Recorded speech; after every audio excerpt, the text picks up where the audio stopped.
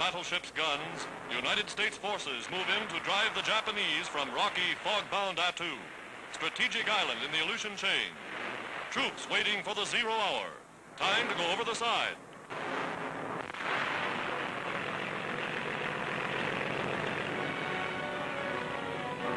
Invasion boats, filled with men and guns, determined to wrest the island from the enemy. For Attu lies but 750 miles from the great Japanese naval base at Paramushiri.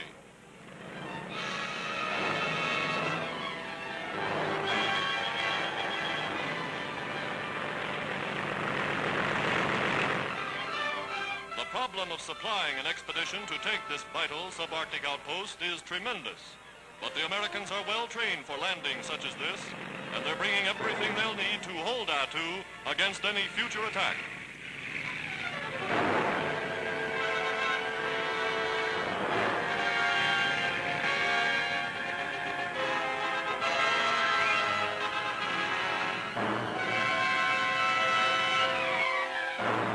Wrecked Jap planes litter the beach as American aircraft keep constant patrol. An important victory for United States forces in the Pacific.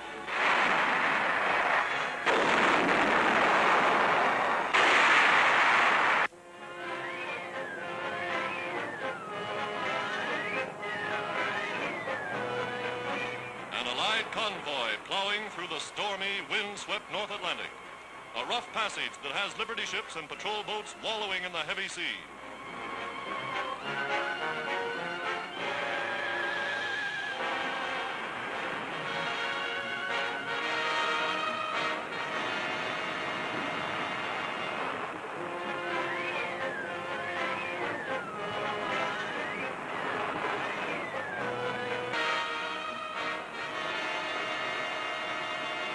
With the turbulent ocean now calm as a mill pond, the convoy steams at top speed. For despite Hitler's threats of submarine attack, the convoys are going through.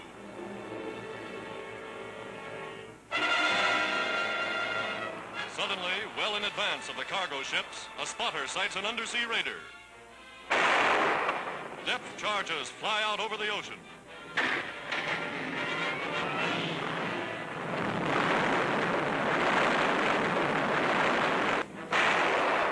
Second volley of high explosives.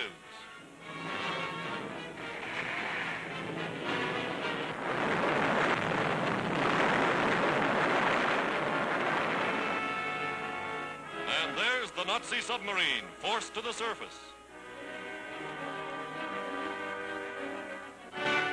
Shattered by depth bombs, the stricken raider is abandoned.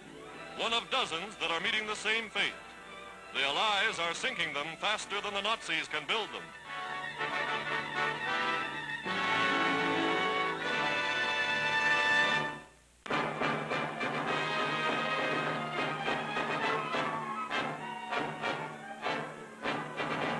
Tunis, capital of Tunisia. Last great milestone in the Allied liberation of North Africa. Virtually undamaged, the city of 250,000 falls to the British after a lightning-swift assault that forced the Nazis to surrender. Hastily prepared defenses, such as trenches cut in this Tunis park, were never used. Advance units of the British enter the city. The 3-year struggle for the African continent is over.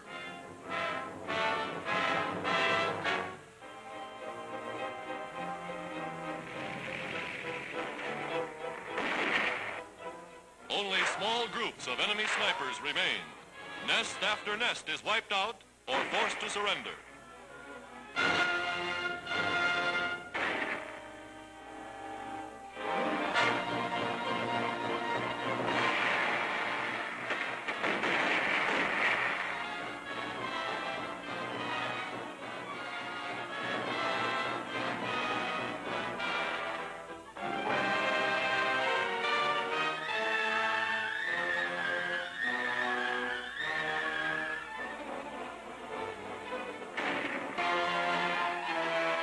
Apparently, many of them surrendered gladly.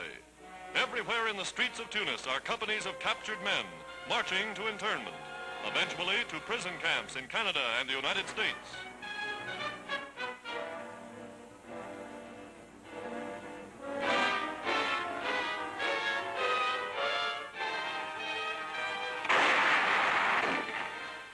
enemy stronghold is a half-finished block of apartments. But here, as elsewhere, the Nazis find further resistance futile.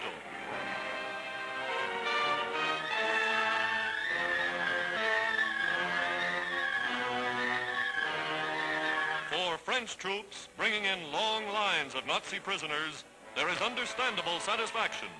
The tide has turned. The liberation of Frenchmen has begun. Italy's Marshal Giovanni Messi, one of the Axis commanders-in-chief, is taken. Mussolini made Messi a field marshal after his utter defeat in Tunisia. Von Arnhem is flown by transport from Gibraltar to England. The great Nazi Colonel General Dietlof Jürgen von Arnhem, commander of all Axis forces in North Africa. The general who told Hitler he had defended Tunisia to the last cartridge is now in a prison camp.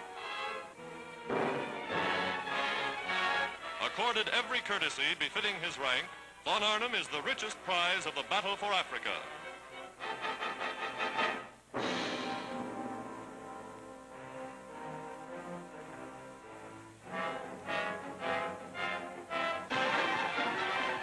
Triumphal entry of the United Nations forces into Tunis. Men of the gallant British 1st and 8th Armies are welcomed with open arms.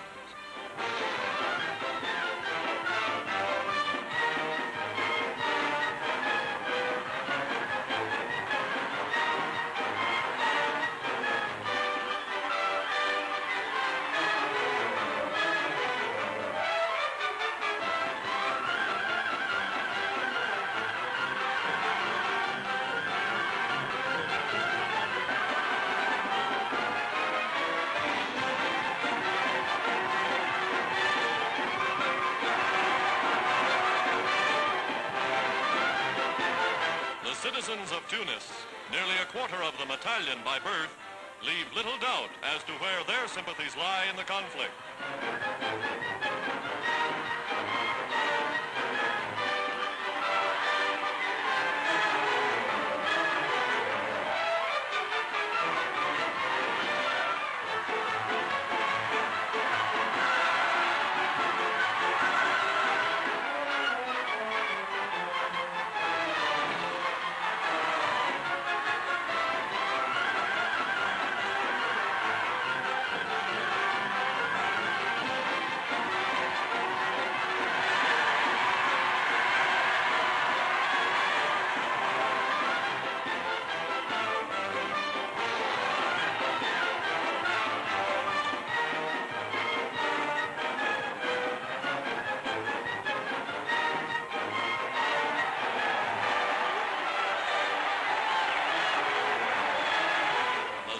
And stripes, the Cross of Lorraine, and the Union Jack replaced the swastika over Tunis.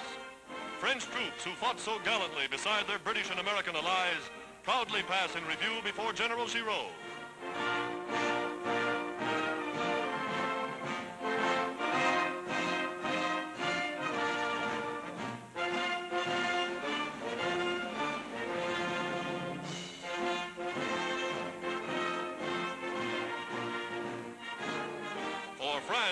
This is a day that will go down in history. Her fighting men are again on the march. A day of hope for the enslaved of Europe.